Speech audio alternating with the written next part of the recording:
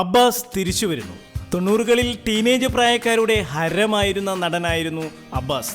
തമിഴ്, തെലുങ്ക്, മലയാളം, ഹിന്ദി, കന്നഡ ഭാഷകളിൽ അബ്ബാസ് ഏറെ ശ്രദ്ധേയനായിരുന്നു. ഇടക്കാലത്ത് സിനിമയിൽ നിന്നും വിട്ടുനിന്ന അബ്ബാസ് വീണ്ടും സിനിമയിലേക്ക് തിരിച്ചു വരുന്നു. ഇടവേളകളിൽ മോഡലിംഗിൽ ശ്രദ്ധിച്ചിരുന്ന അബ്ബാസിന് തമിഴ് സിനിമാ ലോകമാണ് ശക്തമായ തിരിച്ചുവരവിന് അവസരമൊരുക്കുന്നത്.